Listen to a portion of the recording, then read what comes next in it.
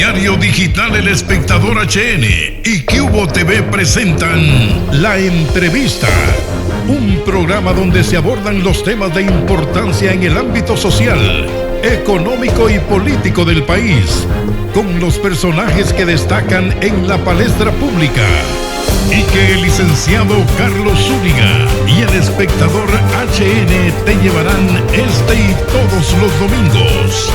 En La Entrevista, en punto de las 7 de la noche, aquí en Cubo TV. Muy buenas noches, gracias por acompañarnos en La Entrevista. Y uno de los pilares de la presidenta Xiomara Castro es el tema de ambiente, el cuidado de la flor, la fauna, la madera y todos esos temas de río. Y por eso esta noche me acompaña Luqui Medina, ministro de la Secretaría de Medio Ambiente. ¿Cómo está? Muchísimas gracias, Carlos. Gracias por el espacio aquí para poder compartir lo que hay de avances desde la Secretaría de Recursos Naturales y Ambiente, que es nada más y nada menos que cumplir con el mandato del pueblo plasmado en el Plan de Gobierno para la Refundación de Honduras a través del liderazgo de la presidenta Xiomara Castro. Han estado cambiando el nombre de la Secretaría, le han puesto Medio Ambiente, pero volvieron a la Serna, ¿va? Se llama Serna. Realmente es que las secretarías de Estado tienen nomenclaturas de signos, de las letras que las componen. Eso de ponerle nombres comerciales, como que fuera responsabilidad social y empresarial de banco a la Secretaría de Estado, un gran error. Entonces, de las primeras medidas que nosotros llegamos fue, primero, quitar un logo horrible que había, que no vale la pena recordar, y después regresar al nombre original con el que fue concebido también a través de... es una Secretaría de Estado de línea, con rango constitucional, y así como fue establecido por la Constitución, volver a esos principios. Luqui, usted es ingeniero forestal, o sea, usted es en la materia, como dicen, zapatero a tu zapato. Forestal, graduado hace 15 años, yo estudié becado en la universidad y me obligaba la beca, tenía un contrato de beca para trabajar el doble del tiempo con el gobierno, así que también fui parte de la función pública durante 10 años y renuncié después del fraude electoral de 2017. ¿Y cómo llega usted ahorita a esta secretaría? ¿Cómo ha sido su lucha?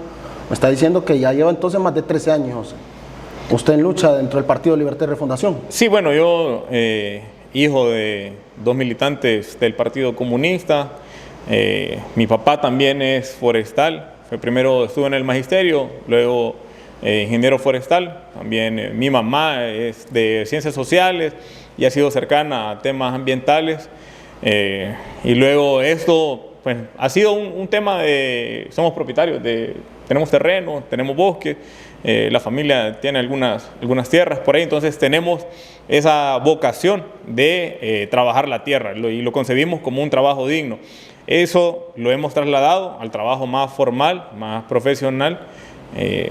Eso nos ha impulsado a avanzar en los estudios y que eso se convirtió después en una tarea política. La tarea política de trabajar en el plan de gobierno de la campaña de 2013, en el plan de gobierno de 2017 y en el plan de gobierno de 2021, que éramos parte del equipo de la coordinación de la estructura del plan de gobierno, junto al doctor Hugo Noé Pino, junto a la doctora Mari Vallecillo, junto al compañero Russell Garay, y también junto a un equipo de compañeros y compañeras valiosos del Partido Libertad y Refundación. Cuéntenos, ¿cómo usted encontró la secretaría?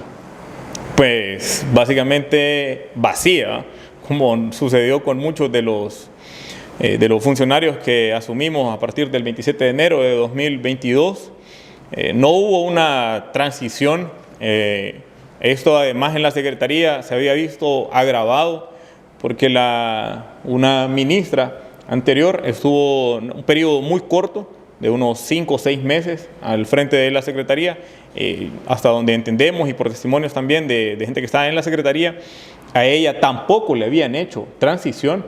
Así que nosotros llegamos a encontrarnos oficinas sin documentación, sin computadora, despachos vacíos, y comenzar con la primera acción de montar una unidad de recuperación de expedientes para poder a partir de ahí tomar las primeras decisiones. Pero era una secretaría con sobrepoblación o con demasiados trabajadores, o más bien no eran trabajadores, ¿no? Nosotros el primer día tuvimos que despedir varios cientos de personas de la secretaría que no llegaban, que solo marcaban, que estaban cobrando el salario, que habían funciones duplicadas. ¿Eran paracas, entonces? Encontramos una secretaría que, sí, claro, había paracaidistas, había también gente bajo esos mismos mecanismos, en todas las fuentes de financiamiento, en los fondos propios, en los proyectos, que tenían algunas deficiencias o que no estaban cumpliendo con los estándares. Y lo más grave era una secretaría que estaba destinada para repartir el país, para repartir las montañas, los ríos, los bosques, para permitir el tráfico de la flora y de la fauna, para permitir que la contaminación en este país se llegara a los niveles más altos. Solo por poner un ejemplo, la Secretaría de Ambiente en su momento, cuando hicieron una reforma legal para poder importar baterías usadas, solo mira ese nivel de criminalidad ambiental con el que trabajaba la dictadura, habían habilitado el país para importar baterías de automóviles que estuvieran usadas. Altísimos niveles de contaminación los que iban a importar. Y la Secretaría de Ambiente no dijo absolutamente nada, cayó. Por cierto, ese decreto ya fue derogado y lo enviamos a la Gaceta hace algunas semanas. ¿Cuánta gente había de paracaidistas? Cerca de unas 120, 130 personas. ¿Y salarios grandes, Luque? No tanto. Los salarios realmente en la Secretaría no son nada del otro mundo. Siempre hay asesores que ganan 45, 50, 60 mil empiras y que no estaban cumpliendo con sus funciones, pero en la gran mayoría, yo diría, tenía más tinte de compromiso político partidario de contratar gente que no llegara a trabajar, pero eran o salarios mínimos o salarios que oscilaban entre 15 y 20 mil empiras. ¿Cuánta gente actualmente usted tiene en la Secretaría? Hay 680 personas laborando para la Secretaría de Recursos Naturales y Ambiente. Están ya todas identificadas. La Secretaría tiene tanto las oficinas centrales, acá en Tegucigalpa, tiene centros de estudios de contaminantes, tiene direcciones de recursos hídricos para hacerse cargo de la red de estaciones meteorológicas a nivel nacional. Manejamos 2 represas, la represa del Coyolar, que es en la salida hacia el norte, y la represa Nacaome, la represa José Cecilio del Valle, que está hacia el sur del país, más 14 oficinas regionales. Cuando llegamos hace un año eran 10 oficinas regionales y hemos aperturado 4 más. 4 más. Sí. Y está claro que en la Secretaría de Recursos Naturales y Ambiente, en esta parte, ¿ustedes tienen más gente de campo o más gente en oficinas, como dicen? La relación es casi mitad y mitad. Así debe de ser. Sí, aunque hay mucho técnico que está trabajando en tarea normativa y que eventualmente sale a campo. La Secretaría, más allá de funciones operativas, tiene tareas que son netamente de planificación, que son de estructuración de políticas públicas y además de atención de denuncia. Entonces, aunque la sede sea en las oficinas regionales o que sea de escritorio, siempre la gente tiene funciones asignadas, y nosotros tenemos los directores que si hay viaje a la Mosquitia, van a la Mosquitia. Hay que ir a Sico Paulaya, pues los directores van a Sico Paulaya. Si los viceministros, tu servidor como ministro, tiene que ir, la presidenta nos mandó a atender emergencia por lluvias en Copán. Nosotros nos vamos a hacer cargo de las actividades que hay también en campo. Nosotros vamos a verificar el cumplimiento de las actividades que hay en terreno. Nosotros vamos a supervisar los proyectos. Esa es función. Nosotros andamos así, siempre listos para ir a campo. Me decía el ministro del FIS la semana pasada que realmente un ministro no debe estar tanto en escritorio, porque ¿qué puede hacer desde un escritorio? Entonces, ¿usted también maneja la misma filosofía? Sí, es que hay secretarías de Estado que están destinadas para cumplir con las tareas en campo. ¿Y qué va a andar uno de traje? O sea, nosotros tenemos que ir, yo eventualmente hay que salir y estar en la oficina, pero hacer una gira rápida al zoológico, al Centro de Recuperación Rosy Walter, en el Picacho. Esa es responsabilidad del despacho ministerial. Entonces, si hay que ir al zoológico, uno no puede estar perdiendo tiempo en cambiarse, atender reunión, subir al Picacho y bajar. Solo hay que andar listo, los jeans, los burritos, la camisa y siempre dispuesto pues para andar en campo. Igual que si toca salir a una represa, igual que si toca salir a algún compromiso que sea en terreno. Ahorita en época de incendios forestales, imagínate que andemos de traje. No, pues vamos al centro de operaciones y montamos y empezamos a tomar las decisiones. Le agarra fuego. ¿Trabaja 24/7, Luqui? Bastante. Yo hacía la comparación de las fotos entre enero 2022 y enero 2023. Yo creo que nos hemos envejecido como unos 10 años. Sí, se nota el desgaste, pero también es parte de la satisfacción. Trabajar muchísimas horas al día. En promedio, el despacho tiene vida orgánica hasta cerca de las 10 de la noche. ¿Y la desde las 7 de la familia? mañana hasta las 10 de la mañana. Pues aprovechar y maximizar la calidad del tiempo que se pueda compartir. Ya uno no puede hacer el compromiso como antes, de ir a dejar a mi hija a la escuela, irla a traer, apoyarle con todas las tareas. Bueno, es ahora función de los abuelos, que son un pilar importantísimo en la crianza de mi hija en particular. Igual la vida en matrimonio, pues tiene sus bemoles con eso del tiempo. Yo lo que hago es que le pido a mi esposa que me acompañe eventualmente los fines de semana. Ahorita estamos con el plan de rescate del lago de Yohoa, entonces le pido que me acompañe, o le pido a mi hija también que me acompañe. Si hay que ir al zoológico, si hay que ir a la represa, si hay que ir a algunas actividades donde ellas puedan estar, donde se puedan sentir cómodas, pues más que bienvenidas, ¿no? Y sentir ese respaldo amoroso, ese respaldo moral, ese respaldo sentimental, ese abrazo que siempre cae bien. ¿Cuál es el reto principal que ha tenido desde que está en la Secretaría? ¿Ha sido ese del lago de Yohoa o qué otro más? Pues la presidenta definió que había que comenzar trabajando en la selva más importante de Centroamérica. Todo el corredor biológico de Biosfera Río Plátano, Guarunta, Rurrús, el Parque Tahuaca.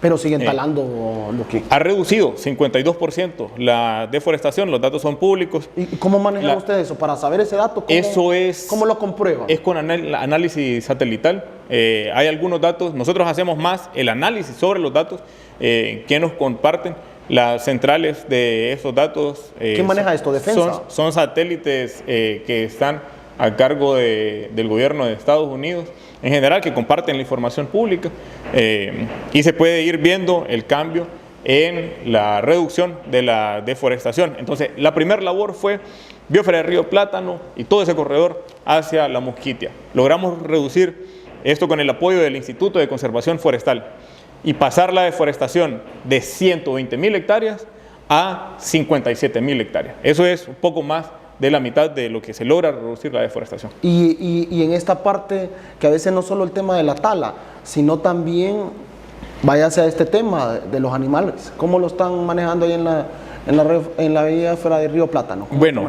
con mucha más atención para poder auxiliarnos en esta atención de denuncias. Se pasa primero por la coordinación. Hay un mensaje claro de la presidenta, ha dicho, el gobierno es uno solo.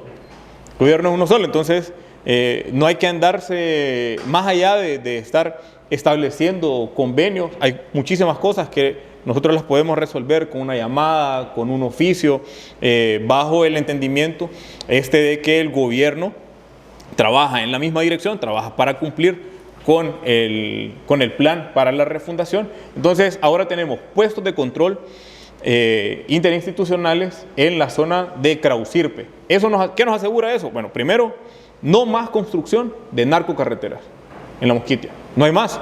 El puesto está exactamente al final de donde estaban construyendo estas carreteras. A partir de ahí, establecer otros destacamentos en zonas donde hay calle, donde no hay calle, donde hay que hacer los cambios de personal cada 30, cada 45 días en helicóptero, y que se pueda asegurar que no va a haber destrucción del bosque, que no va a haber caza de animales, que no va a haber incendios forestales, que no va a seguir la destrucción en la selva. Entonces es un tema de varias instituciones. Sí, sí, claro. La presidenta desde el primer día instruyó a que se instalara el gabinete ambiental. ¿Quiénes estamos en el gabinete ambiental? Bueno, lo coordina la Secretaría de Recursos Naturales, con el acompañamiento del asesor presidencial, el presidente Mel Zelaya, que bueno, es propietario de bosque, trabajó con la industria de la madera aquí en el país, ha sido representante de ellos y además conoce el país completo. Entonces nosotros también agradecemos la asesoría del expresidente Zelaya en ese sentido, que acompaña junto a la Secretaría de Defensa Nacional y las Fuerzas Armadas, al Instituto de Conservación Forestal, a la Secretaría de Agricultura y Ganadería, a la Secretaría de Energía, Ciencia y Tecnología. Con todas estas secretarías nosotros tenemos proyectos, igual con Banadesa, porque se trata de maximizar el área que hay en producciones tanto de agricultura como de ganadería, y que los datos aquí nos sigan diciendo que mientras una vaca de un terrateniente tiene 3 hectáreas de pasto, la gente no tiene ni un cuadrito del piso para cultivar. Se trata de ir cambiando esas relaciones, y que las áreas que están destinadas para la producción sean mucho más productivas, y las áreas que están destinadas para la conservación sean mucho mejor conservadas. Y en este tema de la biosfera del río Plátano, usted me señala que sí bajó el porcentaje, pero ¿cuál es la ruta para este 2023? Bueno, porque la cosa es que quede en cero, me imagino yo. Bueno, ¿no? sí, es mantenerse. Ahora con el establecimiento ahí está asignado el primer batallón verde en la biosfera del río Plátano, Patuca y todo este corredor. El primer batallón verde son 600 efectivos militares los que hay destinados en esa zona, que tienen la responsabilidad de salir y patrullar a pie, en helicóptero.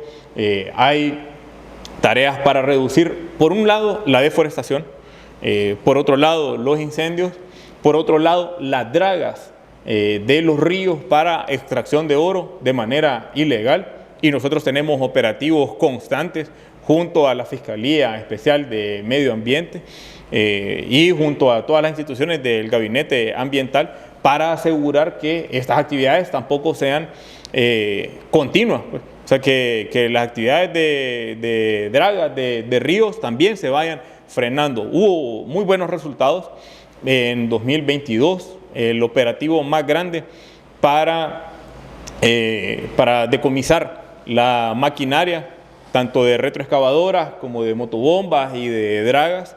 Tuvimos un solo operativo en Sico Paulaya, al que nosotros personalmente asistimos, y se decomisaron 16 retroexcavadoras. Decomiso por un monto de arriba de los 300 millones de lempiras. ¿Y qué hicieron con las máquinas? Bueno, están en custodia de la Fiscalía Especial de Medio Ambiente. Hay procesos judiciales abiertos para eso. ¿Se pueden quedar en estado con esas? Habría que hacer una modificación legal. Las trabas legales en este país son complejas. Cuando se parte de la desconfianza de quién se va a quedar con las cosas que son decomisadas, hay una cultura de desconfianza que es un poco incómoda para poder tomar decisiones. Se quedó con ese tema también que se llevaban los carros. Exacto, es que es exactamente lo mismo. ¿Qué va a pasar? Imagínate que tuvieran potestad una sola persona de decidir qué va a pasar con retroexcavadoras, con un montón de retro. Entonces, ¿quién nos asegura que eso no va a terminar en manos privadas o que eso no va a ser producto del alquiler? Para eso hay que trabajar entonces también con la Secretaría de Transparencia y Lucha contra la Corrupción. Hay que avanzar con la dinámica que ha dicho la presidenta Xiomara Castro, es que el gobierno es uno solo y que nos podemos apoyar entre todos, y entre todos vamos a ir encontrando ese tipo de soluciones. Y en esa parte de las retroexcavadoras, que son más de 300 millones, y las personas, ¿no se encontró responsables? Hay algunas personas que están en proceso de judicialización. Si la memoria no me falla, son 4 personas que están en proceso de judicialización, que estaban a cargo de la custodia de estas máquinas, porque hay quienes pues logran moverlas un poco o logran esconder, y las personas huyen en medio del operativo, pero más allá una parte es judicializar y castigar los delitos ambientales, pero por otro lado también se trata de prevenir el delito. Y para esto nosotros pues estamos en esos días casualmente, y recién acabamos de firmar junto al Ministerio Público y a la Fiscalía Especial de Medio Ambiente, y le vamos a hacer una transferencia efectiva de 50 millones de lempiras para persecución de delitos y prevención de delitos ambientales. ¿Se lucran mucho estas empresas, Luqui? Sí, claro, sí, aquí... ¿Cuál es la empresa que más se lucra?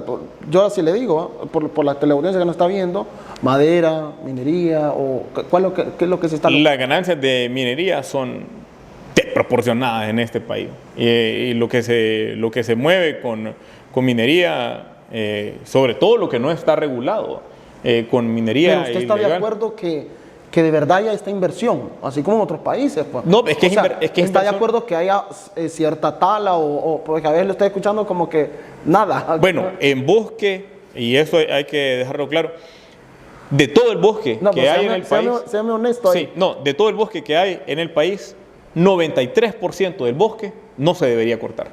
Hay 7% del área total del bosque que tiene fines productivos.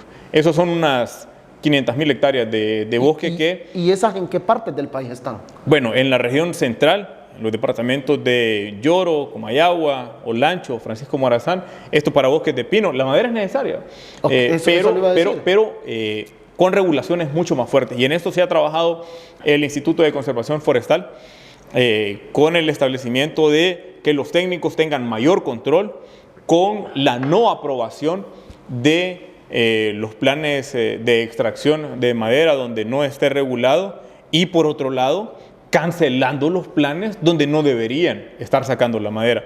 Recién, ahorita en la Mosquitia, había 8 planes de extracción de bosque que estaban a nombre de personas, o se estaban beneficiando personas que no son misquitas. Entonces, lo que procede bajo la cosmovisión, y la gente llega, hace el cambio de gobierno, llega a las oficinas y comienza a pedir auxilio. Y dicen, es que nos engañaron. Nos dijeron que las comunidades iban a transformar, nos dijeron que las comunidades nos íbamos a convertir ¿Ciertos empresarios en las dueñas. Sí, de claro. la madera? Sí, entonces la gente pidió auxilio. El Estado interviene y cancela los planes de manejo. Cancela los planes de aprovechamiento y de extracción de bosque, cancela los aserraderos que había en la Mosquitia. Todos. Se habían repartido 400.000 hectáreas, se habían repartido 600.000, el equivalente a 600.000 campos de fútbol, 600.000 campos de fútbol entre 8 personas. La decisión del gobierno es se cancelan estos planes. Solo en la Mosquitia. Solo en la Mosquitia. Ajá, ¿y usted no tuvo amenaza por eso? Sí, todos los días recibimos amenazas. Todos los días de Dios recibimos amenazas. Ajá, ¿y cómo lo maneja? No, pues hay que encomendarse. Porque son intereses grandes. Sí, pero aquí hay que encomendarse, ¿va? Primero a la voluntad. Yo creo que por cada amenaza que recibimos llegan cerca de unos 60, 70 mensajes de apoyo de las decisiones que tomamos. Entonces, eso es lo primero, pues llenarse de valor moral, de saber que hay muchísima gente que está de acuerdo con las decisiones, y luego encomendarse un poco a Dicen el lo tema divino. de la madera. O sea, usted me dice que solo el 7% de las hectáreas del país está bien que se tale, Sí. así lo está diciendo, y después se haga reforestación. Que se aproveche, sí, que se aproveche, que se haga uso sostenible de la madera. Es que madera hay que usar para construir casas, para construir estos edificios, para la ebanistería, pero el empleo también. Sí, exacto. Y lo que hay que hacer es profesionalizar la ruta de la madera. Bueno, el corte que se haga en la industria, que sea en base a términos un poco más técnicos, un poco más científicos, que no se haga tan al azar, que el producto transformado sea de mayor calidad, que lo que se pueda exportar sea un producto más terminado y no solamente en la madera en bruto, por así decirlo, sino que lo mismo pase con todas las cadenas de valor aquí en el país. Los recursos naturales, que es la pregunta que hay que hacerse. ¿Para qué son los recursos naturales? Lo que nosotros encontramos en la transición de gobierno en el primer año es que aquí le habían otorgado el manejo de 14 subcuencas, que es el manejo de 14 ríos en el país, y no solamente el curso del río, sino las montañas de donde se nutre para poder acumular el agua. 14 ríos a un solo banco, se los habían dado de ¿Cuál por banco? vida. ¿Cuál banco? Ese No, es- dígalo, no, ese es un, Dígalo, aquí no hay problema. ese es una sola corporación. Es una sola corporación que se había otorgado. Lo habían dado a Banco Atlántida. El manejo de 14 subcuencas de por vida, sin que el banco diera nada al Estado, y lo habían legalizado en 5 renglones en la 14 Gaceta. subcuencas. 14 subcuencas, En 14 la ríos. naciente del río. Sí. Y él lo habían dado y lo habían legalizado en la... En el gobierno anterior. Sí, claro, la dictadura. Pues, y nosotros de lo primero que hacemos es que en el marco de la reforma energética derogamos ese artículo. Es delicado. Se deroga. Eso que me está diciendo es delicado. Es que así se habían repartido el país. Entonces, las primeras acciones del gobierno es frenar esos abusos. Eso es lo que estaba pasando con los recursos naturales en este país, repartidos así. ¿Y qué pasó cuando usted le pone pausa a eso, al tema de, por ejemplo, Banco Atlántida? No se cancela, ese fideicomiso pasa a proceso de cancelación inmediata. Y le llamaron. Sí, claro, siempre lo abordan a uno, pues. Siempre lo abordan. ¿No? ¿Y usted qué les dice? Que ya está cancelado, que yo tengo que cumplir con la ley, y que la ley era no otorgar. ¿Cuántos millones eran esas 14 cuencas? No, eso es. Dígamelo. Y es que es indefinido, porque eso era para potencial eléctrico, eso era para captar agua para consumo humano. ¿Cuánto vale?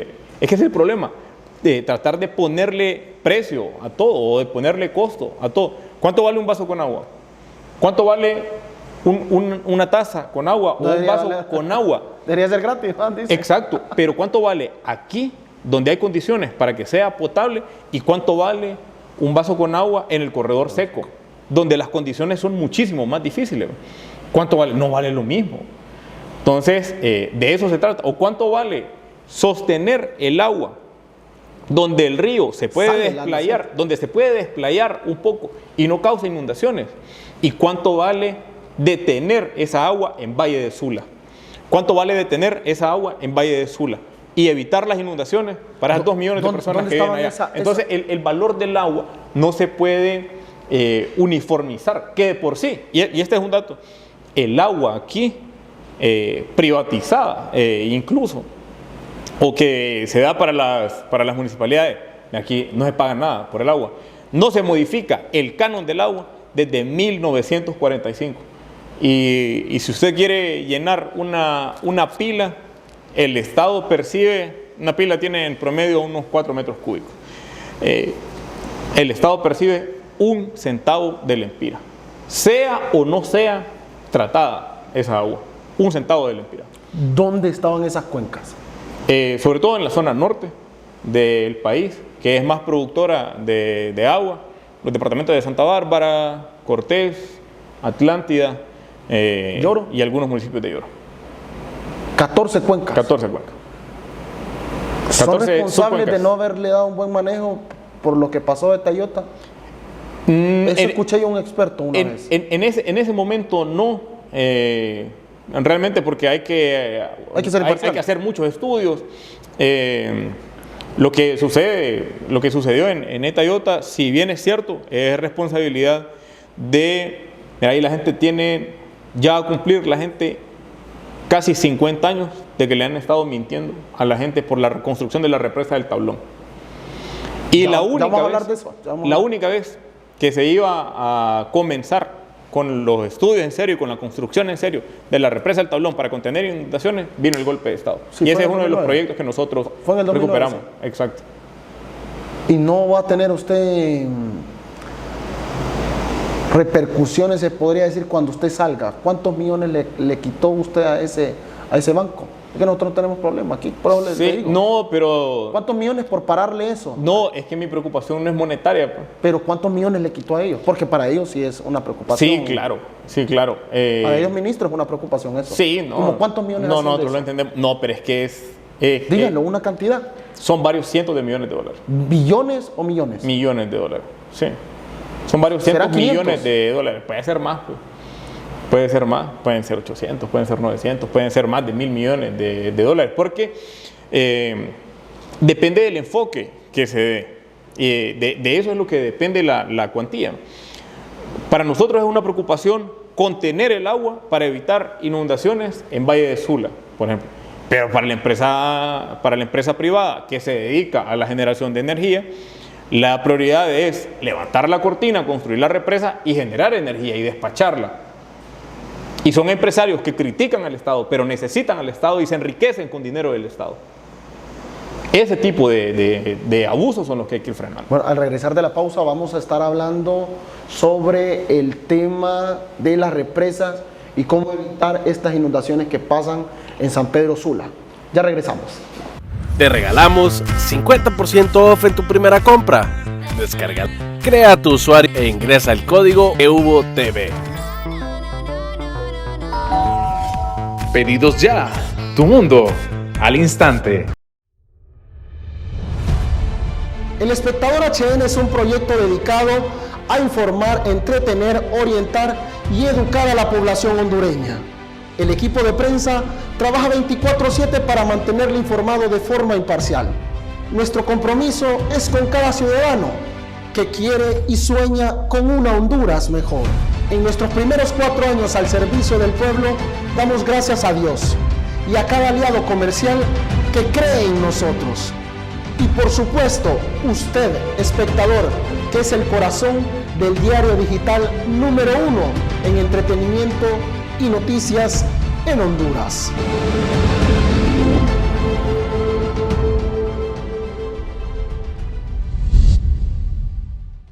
Te regalamos 50% off en tu primera compra. Descarga, crea tu usuario e ingresa el código EUVOTV. Pedidos ya, tu mundo al instante. Regresamos, gracias por estar con la entrevista de su diario digital El Espectador HN, dialogando con el ministro de la Secretaría de Ambiente y Recursos Naturales. Cuéntenos, ¿cuál es el proyecto que están ejecutando entre varias secretarías? Sabemos que está el FIS ahí, sabemos que está la ENE y están otras instituciones con el tema de la represa El Tablón. Bueno, hay 3 tareas puntuales que ha dado la presidenta Xiomara Castro para 2023 a la Secretaría de Recursos Naturales. Es rescate del lago de Yohoa, rescatar los manglares, tanto en la zona norte como en la zona sur, y acompañar este proceso de la construcción de represas, que en las represas el activo importante es el agua. Entonces, para tener suficiente agua, se necesita hacer todo el cuidado y todo el manejo de la cuenca, cumplir con los estándares para que tengamos suficiente caudal. La proyección científica es que de aquí a 2040 los ríos en Centroamérica van a tener 20% menos agua. Entonces, tener esa base de la Secretaría de Recursos Naturales es clave para el diseño de las cortinas y contener inundaciones. Por un lado, la represa del Tablón y Jicatuyo y Los Llanitos, que son un proyecto en segunda etapa, pero para los que ya se está buscando financiamiento y se ha hablado con diversos espacios. Nosotros acompañamos al secretario de Energía, igual a la ministra de Finanzas, la abogada Rixi Moncada, que ha liderado un equipo para la gestión financiera, buscar el espacio fiscal, cuál es la capacidad de endeudamiento que tiene el país, hasta dónde es que podemos avanzar con estos procesos de financiamiento, tanto a nivel interno como a nivel externo con fondos internacionales, ¿no? Y que vamos a tener resultados ya en abril. Vamos a presentar en la mesa técnica del Tablón los resultados y las propuestas de diseño preliminar de la cortina. ¿En cuánto tiempo estaría esa? Se puede comenzar, el plan es comenzar a construir entre noviembre y diciembre de este año, en cuanto pasen las lluvias, los meses más lluviosos en el norte son octubre y noviembre. Estaríamos esperando que finalicen estas lluvias y pasar a la etapa de la construcción de la cortina, que en un año ya puede tener resultados tangibles. Y recordemos que no solo es ponerle también la cortina, es lo que tal vez esa del Tablón creo que es como un 60%, ¿verdad? De lo que es el cajón en comparación, pero se puede sacar energía. Es más pequeña, es más pequeña. Incluso la cortina no es tan alta, no es tan sofisticada, si pudiéramos hacer una comparación con la del cajón. Por ahora la responsabilidad, la instrucción inicial es limitar las inundaciones en el Valle de Sula, es contener el agua. Nada de sacar energía ahorita. La visión ahorita no es esa. Y el diseño preliminar... Siendo honesto, no, sí. no va, sí. Y el ministro Eric Tejada lo sabe, sí, va. Es que lo que sí es que si hay un potencial energético, sí. O sea, el agua es fuente de energía para eso. Pero dependiendo de cómo se diseñe la cortina, eso podría retrasar el hecho de que se levante por completo y evitemos inundaciones. Entonces ahorita la prioridad es levantar cortina para evitar inundaciones. Ya se podrá pensar allá en una segunda fase, pero primero son las vidas de la gente que está en el Valle de Sula. Eso en el tablón. ¿Estará antes de que termine su mandato la presidenta Xiomara Castro? Sí, seguro. Seguro. ¿Podrán hacer otra más? Sí, también se puede comenzar y avanzar bastante también con Jicatuyo y Llanitos. Esto dependiendo del financiamiento que exista disponible para ello, pero hay condiciones para avanzar con estas represas y además con otras represas más. Hay que avanzar en términos de autonomía energética y ojalá algún día puedan acompañar ustedes proyectos como los que hay en San Francisco de Opalaca, en Intibucá, donde la comunidad es propietaria de la represa, una represa que va a producir poco menos de 1 mega, pero que con capacidades como esas se pueden replicar en 100, 120 puntos en el país y que eso puede desarrollar. Primero, eso sí puede ser desarrollo cuando las comunidades son dueñas de esos proyectos y además que entendamos que para asegurar las condiciones permanentes de agua en las represas debemos hacernos cargo del cuidado de la cuenca. Y en el tema de Patuca, porque se le iba a tocar en la primera parte. Sí. Lo vimos en el gobierno anterior que se paró ese proyecto, es una de las iniciativas que tenía el expresidente Manuel Zelaya Rosales. ¿Cómo va? ¿Se va a volver a hacer? ¿Cómo está ese proceso?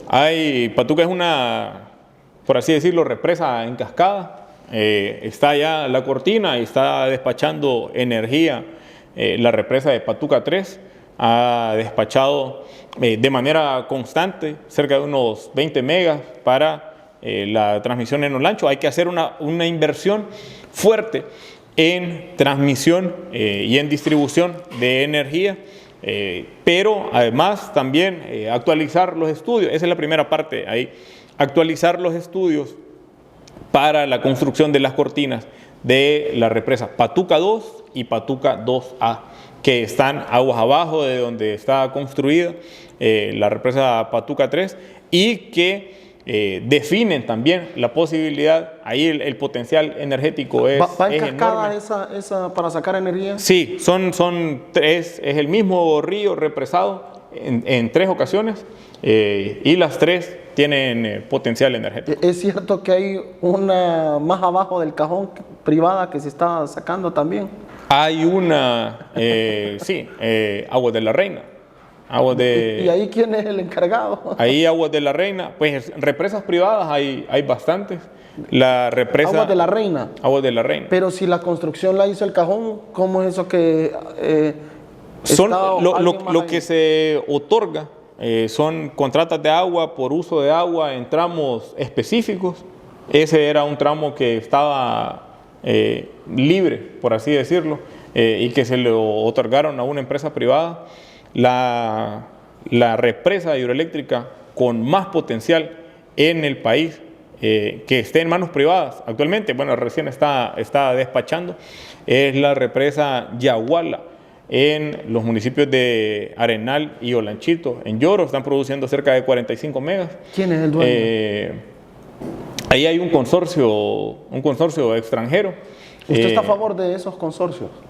Más allá de los consorcios, primero yo estoy totalmente a favor de la generación de energía limpia, de energía renovable y hay que avanzar con eso y así está plasmado también en el plan de gobierno.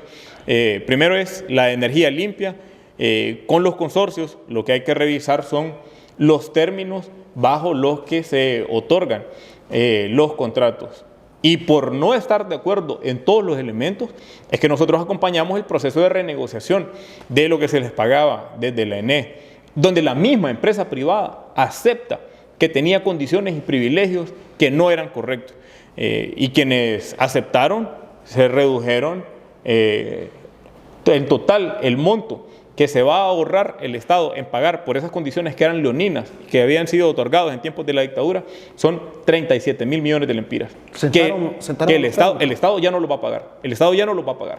Don Eric Tejada me dijo que sentaron a los térmicos, pero es que una cosa es sentarlos y ¿qué saco de eso? Lo que sí es cierto es que se está pagando en base a ley, en base a lo de la reforma energética, que eso establece algo que se denomina precio monómico por kilovatio hora, y el precio monómico en promedio estaba antes en 14 centavos y está ahora en 11 centavos.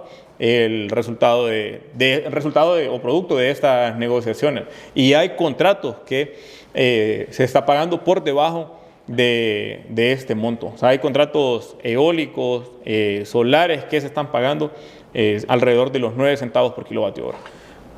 Pasando a otro tema, porque se nos está yendo el tiempo, y en esta parte el lago de Yohoa, que están trabajando, Luqui.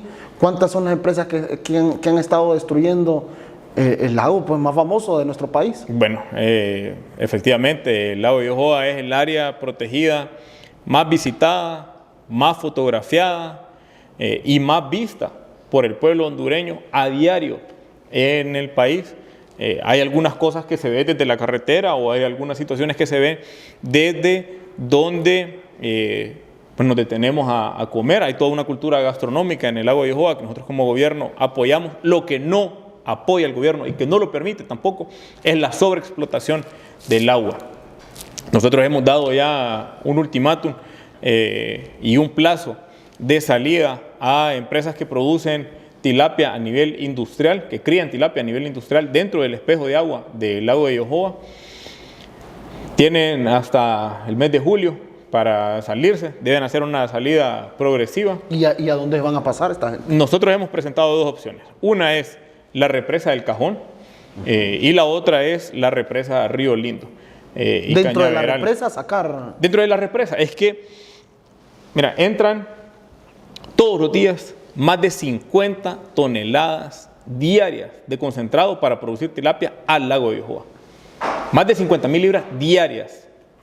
Ajá, pero después no va a dañar algo energético o algo que se saca del cajón. No, porque son partículas pequeñas y por la dinámica en las represas el agua se está moviendo. Pero en el lago, que es natural y que la principal acción que comenzó a destruir el lago es una decisión tomada hace 60 años, que fue cerrar la salida natural del lago de Yohoa. Y eso causa muchísimo daño porque le cuesta depurarse o le cuesta limpiarse al lago de Yohoa. Y a partir de ahí después hubo otras actividades de sobreexplotación, pero la primera es cuando construyen la carretera Santa Bárbara, cierran la salida natural del lago de Yohoa. El lago drena hacia río Hualcarque, río por el que mataron a nuestra heroína Berta Cáceres, por la defensa de ese río. Es un río que hay que devolverle. Y esta es una de las tareas que nosotros tenemos. Bueno, primero es parar la sobreexplotación del agua con estas decenas de miles de libras que ingresan todos los días al espejo de agua del lago de Yohoa. Después vamos con regulación de minería y están ya las tomas de datos científicos de la época de invierno. Ahora hay que tomar los de la época de verano por los productos que vienen de la minería en Santa Bárbara. Después es también, ya está instalado el batallón verde, son más de 600 efectivos en el tercer batallón verde que tiene incidencia sobre el lago de Yohoa, patrullaje acuático, patrullaje a pie, en vehículo y retenes en carretera, y además accedimos a un fondo del BESIE, participamos, eran 20 proyectos, 7 países, y el ganador fue el proyecto para rescatar el lago de Yohoa, con asistencia técnica, devolverle dentro de las tareas. ¿Cuánto va a valer eso? Es $1 millón en los próximos, para ser ejecutado en los próximos 18 meses. Pero y no es con tanto para lo que van a hacer, no es... No, pero además también la presidenta... ¿En cuánto tiempo van a ejecutar ese $1 millón que van a cobrar? Son 18 meses. ¿De trabajo? Sí, son 18 meses de trabajo, de asistencia técnica, de la revisión de las condiciones actuales del lago y ahí se va a establecer centro de investigación. Vamos a buscar la recuperación del caudal ecológico, otra vez para Río Hualcarque. Ya comenzamos a retirar varias toneladas de basura del lago de Yohoa. En este momento tenemos cerca de 60.000 libras de basura que hemos retirado entre basura orgánica y algunas plantas invasoras, la lechuga acuática, el lirio acuático que estaba en esa zona, que nos sirve ahora como fertilizante para los viveros que tenemos en la zona. Pero además también en los próximos días estaremos invitándoles a ustedes como medios de comunicación y a la comunidad internacional, a la comunidad diplomática en el país, para que conozcan y logren ver y logren ser parte, primero, de las tareas actuales del rescate del lago de Yohoa, pero también que se entienda la dimensión y de los niveles de contaminación y el riesgo que tiene el país de no rescatar su único lago natural. Y en el tema, para finalizar lo del lago de Yohoa, todas estas personas que tienen restaurantes, usted sabe que son luchadores, son emprendedores. Sí. ¿Cómo han tomado a bien el tema de que usted les quitó eso Pero es el primero, porque esa no es una decisión de la Secretaría. Antes se podía estar en la parte de abajo del lago, sí, y ahora les quitaron, demolieron todas esas cosas. En los muelles, sí, pero esa es una indicación de, como la función pública es así, y uno anda ganando enemigos de gratis todos los días, pero eso en ningún momento pasó por la Secretaría de Ambiente. Eso es la Fiscalía Especial de Medio Ambiente y la Procuraduría General de la República. ¿Del Ministerio Público? Sí, del Ministerio Público. Interpusieron denuncias por delitos ambientales, pero también por usurpación de terrenos que pertenecen al Estado de Honduras.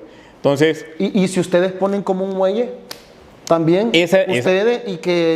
Esa salida la está buscando o la está construyendo la Asociación de Restauranteros, una comisión especial del Congreso Nacional y la Secretaría de Turismo, con el Instituto de Turismo. Sí, que se pague algo. Exacto. O sea, lo que se está buscando es que no sea invasivo. Porque nosotros hemos ido a las actividades de limpieza en el lago de Yohoa para rescatar esta área protegida y como nos lo hemos explicado y lo hemos publicado en las redes, según nosotros íbamos a limpiar lirio acuático y lo que nos encontramos fueron mascarillas, encontrábamos botellas de cerveza, encontrábamos paquetes de cigarro. Entonces, ¿hasta dónde llega la responsabilidad de las empresas que están sobreexplotando el lago? Pero hasta dónde llega la responsabilidad humana también.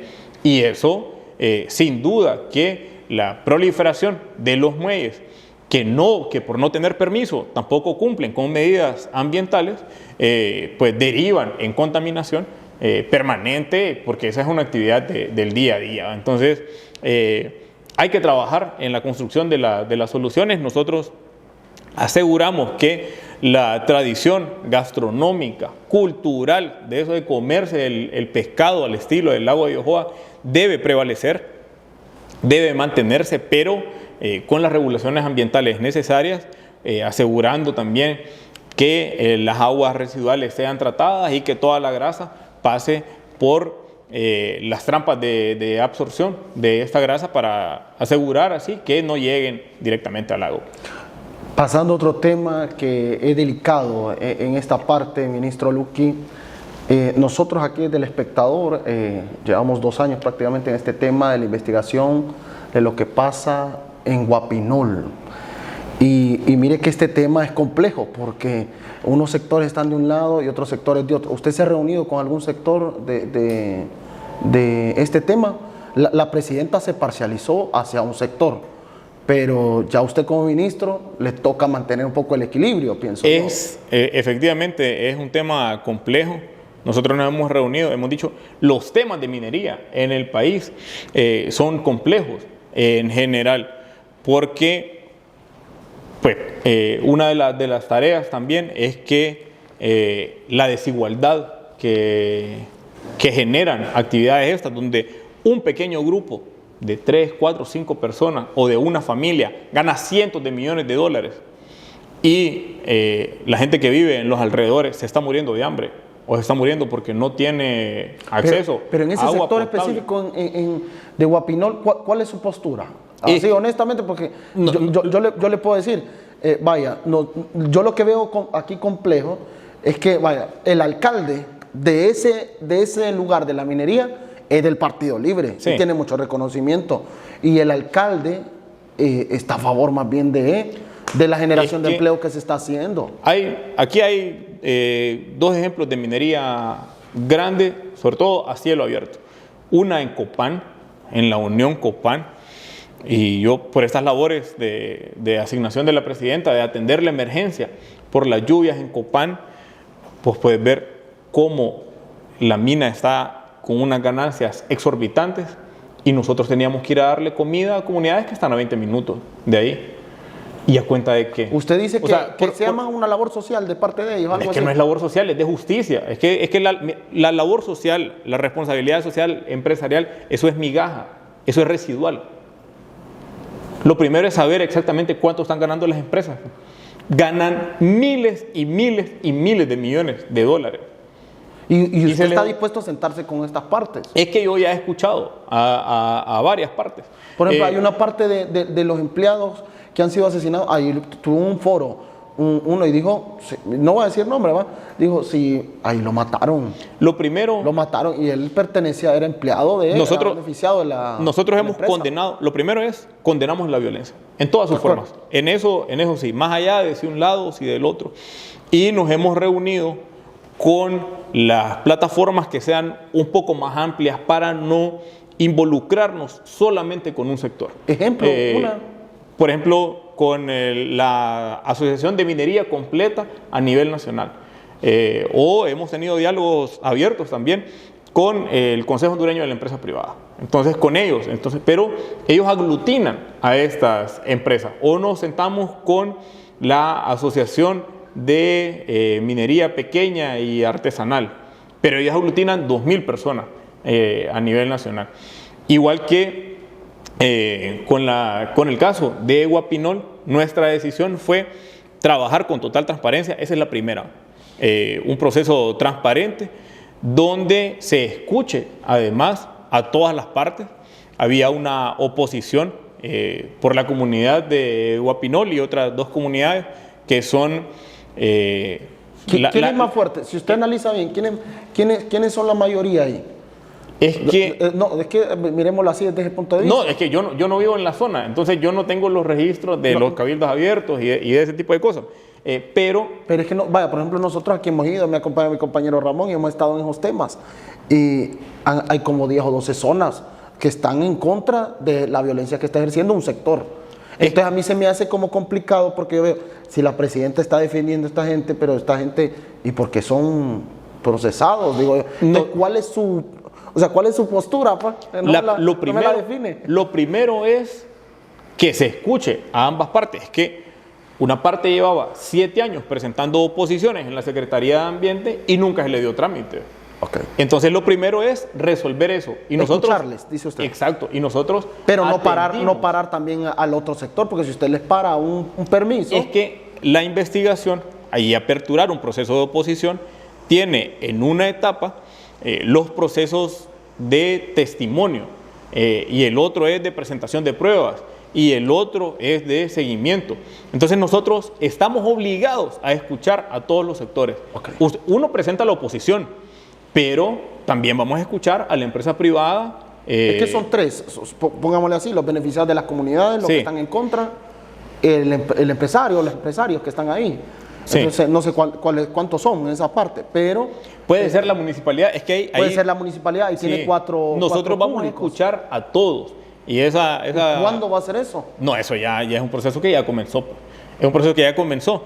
Lo primero fue Ya delegó una persona usted en esa Ya está el trámite, eso está a cargo de la Secretaría General, eso es... de la institución. De la institución, exacto. Eso es eminentemente legal. Se giraron las comunicaciones desde el año pasado, desde 2022, para que tanto la empresa privada como quienes habían presentado la oposición se apersonaran a la Secretaría y presentaran las pruebas para que a partir de ahí comience la investigación. Bueno, unos dicen, se adulteraron actas en cabildos abiertos. Para eso vamos a tener que hablar después con la gente de la municipalidad, que nos consigan las certificaciones. Otros dicen, están contaminando. Bueno, nosotros ya fuimos y mandamos a hacer las pruebas de agua de todos los ríos. Que toda la resolución sea en base a legalidad, a transparencia y a rigurosidad técnica y científica. Ese es el compromiso de la Secretaría. Vamos a hablar ahorita la última partecita ya del tema. Usted es un ministro y por ende es político. ¿Usted aspira a un cargo político de diputado, alcalde? Yo no soy político, yo soy militante del Partido Libertad y Refundación. ¿Y eso lo hace político? Y lo que, sí, o sea, pero no es una aspiración personal. Yo voy a cumplir con las tareas que me encomiende el partido, así como en 2020. ¿No le interesa mucho el tema de ser diputado? No, es que a veces... Yo fui precandidato a diputado en 2017. De 2017 fue. Fui precandidato y después candidato a designado presidencial con la presidenta Xiomara Castro, y yo cedí mi posición para la incorporación del Partido Salvador de Honduras. Correcto, cuando se unió con Salvador. En la alianza en 2021, claro, y yo...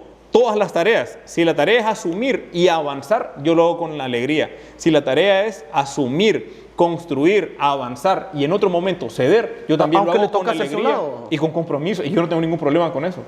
Yo no tengo ningún problema con eso. Pero está contento en la secretaría que está. Sí, no, yo estoy... Porque está como anillo al dedo. Pues, y donde esté, ahí me puede mandar al PAN y a vender... lotería y a producir. No, pero es que a la secretaría no se puede de Jorge Cálix.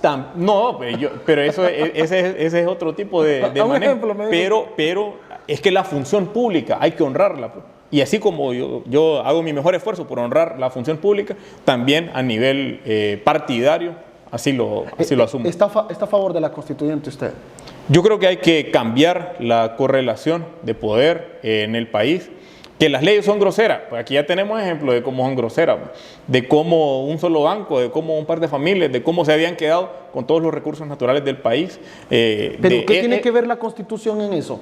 Pues permite porque usted puede cambiar la Constitución, reformarla al 95% como está. Permite que... Usted dice por el pacto social. Sí, exacto. Es que permite que esas condiciones se den.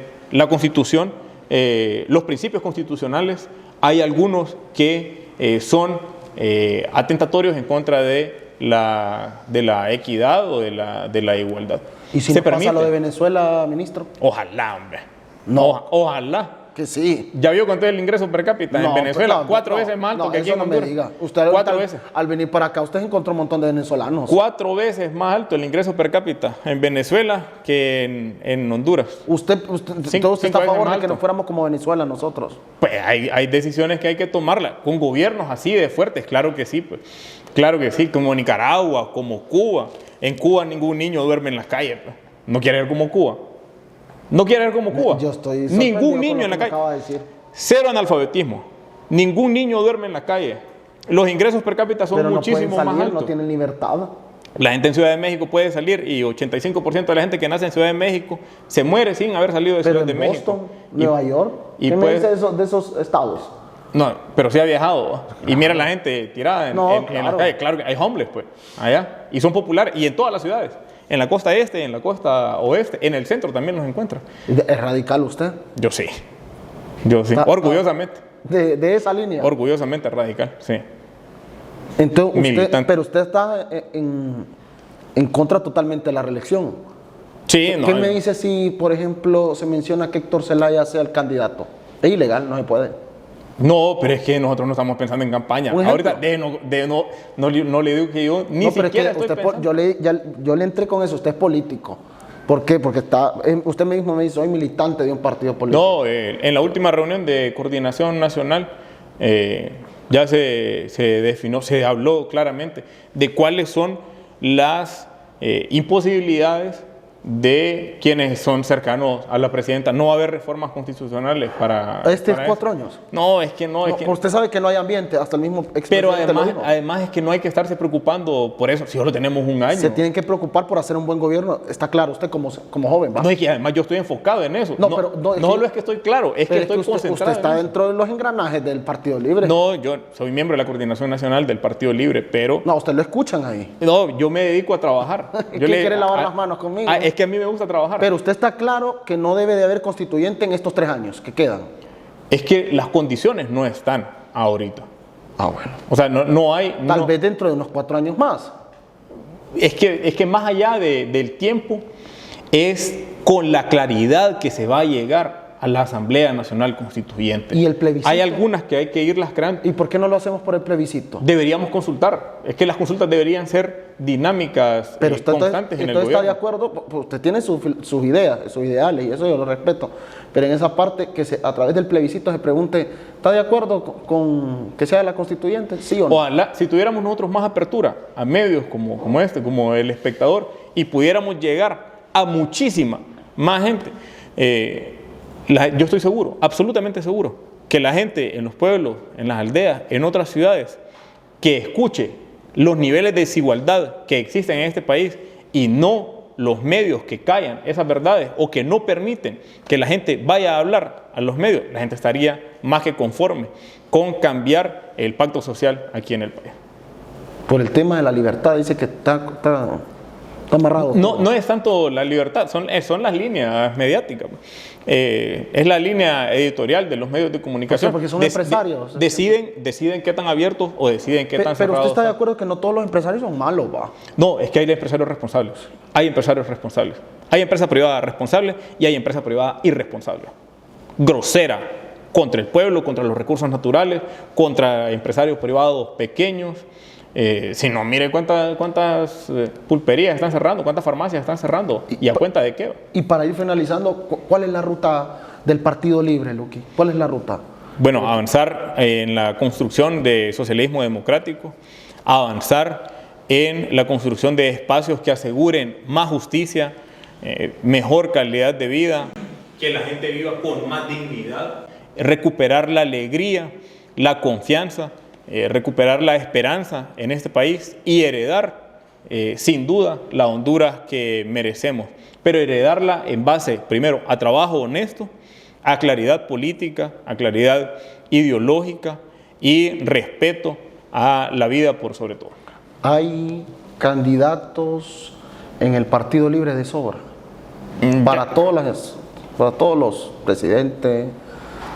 Tiene muchísimos cuadros. Libertad y Refundación es un partido no solamente de masa, sino la claridad ideológica que hay permite establecer que varias gente pueda ser candidato o candidata.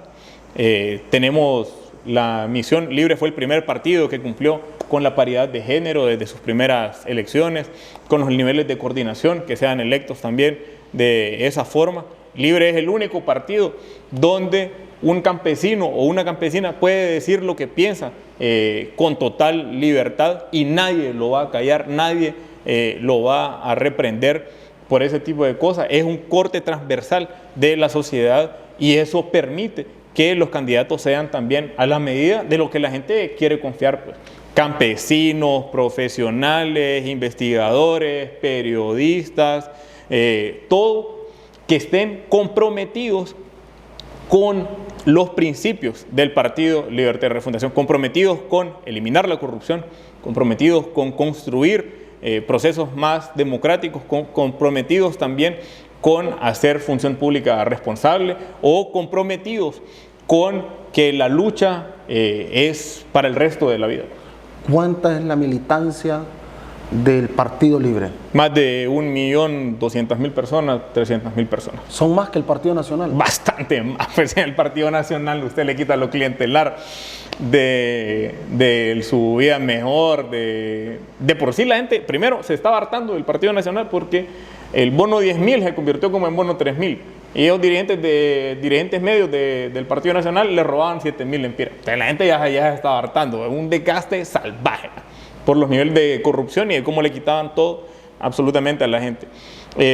Y si usted les quita todo lo clientelar, que ya no está llegando, el partido está súper deprimido, es el Partido Nacional. Para asegurar, entonces está malo lo que dice Salvador, que dice que él puso 1.200.000 junto al Partido Y Liberal. ya no es como es Salvador. No, ya ustedes no le paran como juventud. No, es que... Ya no le prestan atención. Es que Salvador es así, es de declaraciones al azar. Entonces, ¿Usted cree que es que quiere un cargo y con eso estaría tranquilo? No, es que él ya tiene su cargo, es designado presidencial. No, pero es que él dice que se le hubieran dado turismo con Depor. Él lo dijo hace unas semanas. No, y lo puede seguir diciendo, lo puede seguir repitiendo. Pero ahí está el pacto por cumplir, el acuerdo por cumplir con el plan bicentenario desde el Ejecutivo y desde el Congreso se va cumpliendo. Luis Redondo del Partido Salvador de Honduras, los ministros Matthew y el ministro Barquero, al igual que el otorgamiento de 12 millones de lempiras al año para el despacho del designado Salvador Nasralla.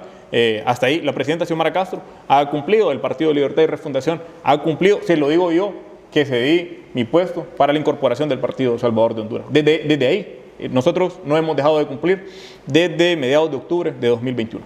¿Cuál es la ruta de Lucky Medina como ministro de la Secretaría de Recursos Naturales y Ambiente? Yo soy secretario de la presidenta Xiomara Castro. Nosotros hacemos gestión para seguir cumpliendo con el plan de gobierno para refundar Honduras. Por un lado, la recuperación de los espacios, crear condiciones y crear espacios en armonía con la naturaleza, trabajar de cerca con otras instituciones de gobierno en las que somos aliadas dentro del gabinete ambiental, lograr que por primera vez se haga en este país las transferencias por mercado de carbono, transferencias de créditos verdes, para asegurar que se conviertan estos en procesos de restauración de cuencas hidrográficas, que se haga también una reforma a toda la normativa legal, esto con el Congreso, donde estamos revisando ley de agua, ley de ambiente, ley de minería, ley forestal, ley de cambio climático, ley de educación ambiental, poder dejar una institución limpia, saneada, libre de corrupción, una institución que responda a los intereses del pueblo y que no vuelvan a ocurrir esas barbaridades que ocurrieron durante más de una década oscura. En una sola palabra, contésteme. ¿La reelección? No. ¿Constituyente? Sí. ¿Los ríos? Nuestros. ¿Mi ambiente o la Secretaría de Recursos Naturales? Compromiso. ¿Partido Libre? Militancia dura. ¿La familia? Absolutamente todo. Gracias, Lucky Medina Gracias. Estrada, por acompañarnos en la entrevista de su diario digital El Espectador HN con Cubo TV y la 106.9 FM Radio Tegucigalpa y San Pedro Sula. Muchas gracias, hasta pronto.